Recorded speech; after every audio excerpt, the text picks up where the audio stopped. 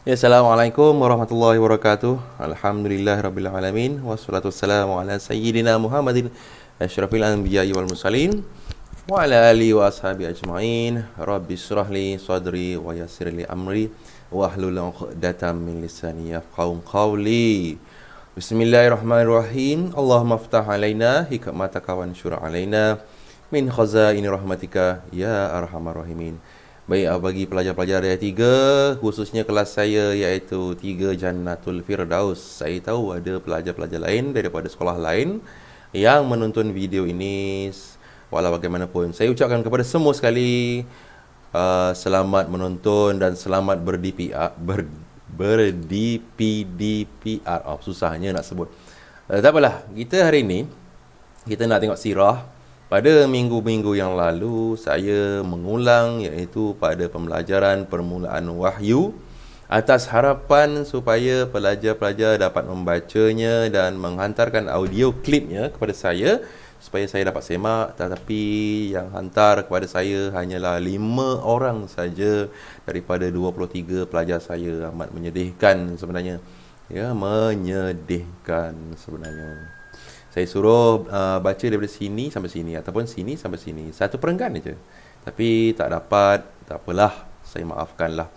Jadi untuk hari ini kita masih dalam peringkat sedikit mengulang, tak banyak. Kenapa saya nak mengulang soalannya?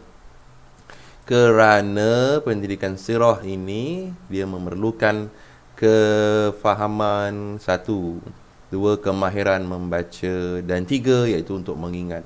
Hari ini kita nak belajar iaitu tentang surah Al-Alaq yang mana Nabi menerima surah Al-Alaq ini dan malaikat Jibril yang mengajarnya daripada ayat 1 hingga 5 saja.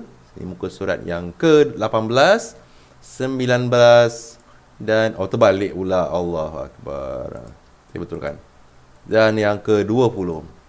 Ya, tak banyak iaitu muka surat 18, 19, 20. Okey, dia ada lagi 21, 22. Okey, kita nak baca. Yang pertama, objektif saya pelajar semua boleh baca surah Al-Alaq dengan baik ayat 1 hingga 5. Kalau tak boleh baca dengan baik, jadi pelajar-pelajar kena tengok video ni dan cuba ulang sehingga lancar. Itu saja ya. Jangan tengok sekali lalu je, tengok dah gitu. Tak boleh gitu. Tengok kena ulang. Ya, kita bacalah sama-sama. Bismillahirrahmanirrahim. Okey, ikut baca ya. Iqra bismi rabbikal ladzi khalaq. Khalaqal insana min 'alaq. Iqra wa rabbukal akram. Alladzi 'allama bil qalam. 'Allamal insana ma lam ya'lam. Okey, kita baca balik semula. Mungkin laju sangat saya baca tadi. Kita baca balik semula, ulang, ikut dah. Bismillahirrahmanirrahim. Iqra bismi rabbikal ladzi khalaq. Khalaqal insana min 'alaq. Iqra wa rabbukal akram. Allazi 'allama bil qalam. 'Allamal insana ma lam ya'lam. Okey, kita bacalah artinya. Ini walaupun mengulang, sebenarnya kadang-kadang ramai yang tak tahu lagi ya. Artinya, bacalah wahai Muhammad dengan nama Tuhanmu yang menciptakan sekalian makhluk. 2. Ia menciptakan manusia daripada sebuku darah beku. 3. Bacalah dan Tuhanmu yang Maha Pemurah. 4. Yang mengajar manusia melalui pena dan tulisan. 5. Ia mengajarkan manusia apa yang tidak diketahui. Okey, kita tak nak bahas ayat ni je. Kita cuma tahu apakah nama surah yang diturunkan kepada Rasulullah SAW ketika Nabi bertahannus di Gua Hira. Sebut namanya surah Al-Alaq. Baik, kita tengok seterusnya. Okey, ini sambung lagi. Ini ulang sebenarnya, ulang. Setelah malaikat Jibril alaihissalam membacakan surah Al-Alaq ayat 1 hingga 5, Nabi Muhammad SAW merasa sangat takut. Baginda pun bergegas keluar dari Gua Hira untuk pulang ke rumah. Okey. Dalam keadaan tergesa-gesa itu, tiba-tiba baginda terdengar suara di langit. Wahai Muhammad, engkaulah pesuruh Allah dan akulah malaikat Jibril. Baginda pun mendongak ke langit. Baginda melihat malaikat Jibril alaihissalam dalam rupa seorang lelaki sedang berdiri tegak. Okey, kita tak tahu macam mana keadaannya, tapi Nabi jumpa malaikat dalam bentuk seorang lelaki, bukan bentuk malaikat situ, okey. Walaupun Nabi boleh nampak, okey, tapi bentuk lelaki. Okey, ini gambar tak ada kena-mena. Alam yang indah ciptaan Allah Subhanahu Wa Taala, tak ada apa-apa lah ni, sekadar gambar je. Ini gambar padang pasir lah. Okey. Sambung Ustaz 20. Okey, baca sama-sama. Baginda tercegat dan tidak bergerak melihat rupa malaikat Jibril alaihissalam. Ke mana sahaja sudut langit yang dipandang, baginda melihat malaikat Jibril alaihissalam. Setelah malaikat Jibril alaihissalam hilang daripada pandangan, baginda terus bergegas pulang ke rumah. Tengok aja malaikat tu.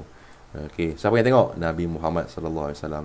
Tiba di rumah, Khadijah radhiyallahu anha menyambut. Nabi dilihat sangat takut. Ini apa ni? Syair. Tubuh menggeletar minta diselimut. Kemahuan Nabi segera diikut. Selimutkan aku. Lalu Khadijah, Sayyidatuna Khadijah menyelimutkan Rasulullah sallallahu alaihi wasallam. Nah, Khadijah ada bising-bising tak? Tidak ada bising pun. Itulah kau balik pergi mana tu? Pergi lagi ke gua tu. Merayap lagi. Tak ada pun. Okey, maknanya Khadijah ni seorang isteri yang sangat baik. Dia memahami Rasulullah pergi ke mana-mana. Lambat lagi balik. Lambat. Itu tidak sesuai lah. Okey. Setelah keadaan beransur reda, Khadijah radhiyallahu anha bertanya kepada baginda, apa yang berlaku segera dicerita. Khadijah radhiyallahu anha mendengar penuh setia. Okey. Nabi baru bercerita setelah tenang. Okey, orang balik-balik rumah jangan terus diserang.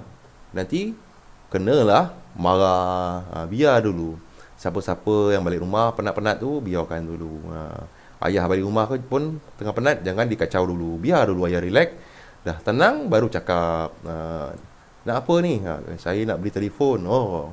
Untuk apa beli telefon? Untuk PDPR. Oh, okey. Ayah pun belikan. Tengok-tengok buat main game. Habis. Kita sambung. Yang terakhir untuk hari ini. Setelah mendengar cerita Nabi Muhammad SAW, Khadijah radhiyallahu anha bersegera menenangkan baginda. Sabar Rasulullah. Macam itu Nabi Khadijah bercakap. Tak tahulah macam mana Khadijah radhiyallahu anha berkata kepada suaminya, demi Tuhan, Kanda ni abang, tidak akan ditimpa dengan sesuatu yang tidak baik. Kanda selalu membantu orang susah dan lemah.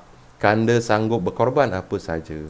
Kanda selalu menunaikan hajat orang lain. Dengan semua amalan ini, tidak mungkin Kanda ditimpa dengan sesuatu yang tidak baik. Apakah contoh kebaikan Nabi Muhammad sallallahu alaihi wasallam? Contoh kebaikan Nabi Muhammad ni, satu contohnya, Nabi beli baju baru dekat kedai. Nabi fashion dia pula beli terus pakai. Baru keluar dari kedai orang nampak, cantik baju engkau ya wahai Muhammad. Boleh bagi ke aku? Nabi terus buka baju tu dan berikan kepada sahabatnya. Kalau kita baru beli baju, kemudian tiba-tiba kawan minta, penumbuk yang dapat mungkin Baik, sambung. Setelah Nabi Muhammad SAW ditenangkan, Khadijah radhiyallahu anha pergi bertemu dengan sepupunya bernama Warakah bin Naufal. Warakah ialah seorang penganut agama Nasrani. Beliau mempunyai ilmu pengetahuan yang mendalam tentang kitab At-Taurat dan Al-Injil. Okey, Nasrani ni nama bangsa sebenarnya, golongan yang mengikuti ajaran Nabi Isa alaihissalam. Nasrani, okey. Nasara At-Taurat pula kitab yang diturunkan kepada Nabi Musa. Dia ni ikut kitab Taurat dan kitab Injil. Yang original lah, yang bukan yang sudah korup. Al-Injil pula kitab yang diturunkan kepada Nabi Isa alaihissalam. Baik pelajar-pelajar sekalian, apakah yang kita belajar pada hari ini? Ini terbalik juga. Okay. Hari ini kita belajar iaitu yang pertama, kita membaca surah Al-Alaq yang diturunkan kepada Rasulullah. Yang kedua, pengalaman Nabi Muhammad bertemu dengan malaikat, okey. Apa yang Nabi nampak di langit? Malaikat Jibril sebagai seorang lelaki. Kemudian Nabi balik ke rumah, apakah layanan daripada layanan Siti Khadijah, iaitu menyelimutkan Nabi Muhammad. Kemudian pada hari esoknya, apakah yang dibuat? Yang esoknya dia berjumpa dengan Waraqah bin Naufal, iaitu sepupu Khadijah radhiyallahu anha. Baik pelajar-pelajar sekalian, untuk hari ini kita sudah membaca sampai muka surat 21. Jadi tengoklah buku aktiviti itu mana saja pelajaran kita sudah sampai sini. Saya tak tahu muka surat berapa. Jadi siapkanlah sampai muka surat yang terkini, iaitu pembelajaran. Harapnya pelajar-pelajar semua dalam keadaan sihat selalu dan sentiasa bersemangat untuk belajar. Jangan malas-malas ya. Okey, kita berjumpa lagi insya-Allah. Assalamualaikum warahmatullahi wabarakatuh. Bye bye.